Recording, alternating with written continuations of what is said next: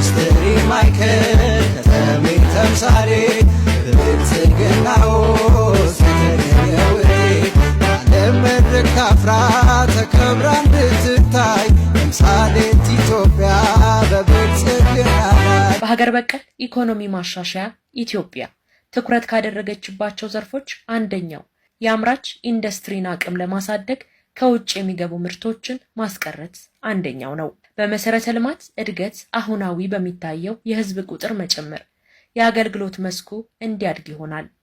ላደጉ ሀገራት የኢኮኖሚ እድገት የግል ዘርፉ ሚና ላቅ ያለ ድርሻን ይወስዳል። የኛም ሀገር ይህንኑ ተግባር አዋጭነቱን አምኖበት ተግባራትን እየከወነ ነው። ማኒፋክቸሪንግ ኢንዱስትሪ ለሀገር ኢኮኖሚ እድገት ወሳኝ ነው።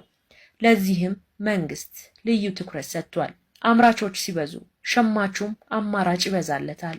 በኢኮኖሚ ውስጥ በትብብር በጋራ መስራት ጀምሯል። የግልና የመንግስት አጋርነት ተረጋግጧል። ተወዳዳሪነታቸውም በፈጠራ ዳብሯል። ይህም አንድነትን አጽንቷል። የምናመርተው ባለ 14 እና ባለ 12 ቤርጋ ነው የምናመርተው ፌሮ ማለት ነው።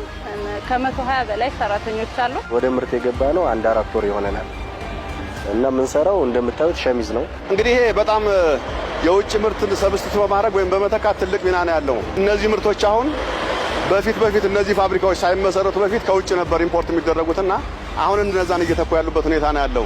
እሴት ያልተጨመረባቸውን ምርቶች ወደ ውጭ ስትልቅ ቆይታለች ኢትዮጵያ።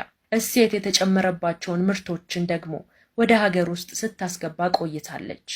ይህ አይነቱ አካሄድም የሀገርን ኢኮኖሚ ሚዛን ማዛባቱ አይቀሬ ነው። የለውጡ መንግስትም የተኪ ምርት ስትራቴጂን በማዘጋጀት ከውጭ ሲገቡ የነበሩ ምርቶችን በሀገር ውስጥ ለማምረት ስራዎችን ሰርቷል። ሀገርም ተኪ ምርቶች ይኖሯታል። ኢትዮጵያ ታምርት የሚለው የኢንዱስትሪያሊስት ግለሰቦችና ቡድኖች ችግር በመለየት በመፍታት ረገድ ብዙ ርቀት ሄደናል። በሁሉም ሴክተር እመርታዎች አሉ። ኢንዱስትሪ ማዕከል ከተሜ ተምሳሌ ብልጽግና ውስጥ የተገኘው ዓለም መድረክ አፍራ ተከብራ እንድትታይ ተምሳሌት ኢትዮጵያ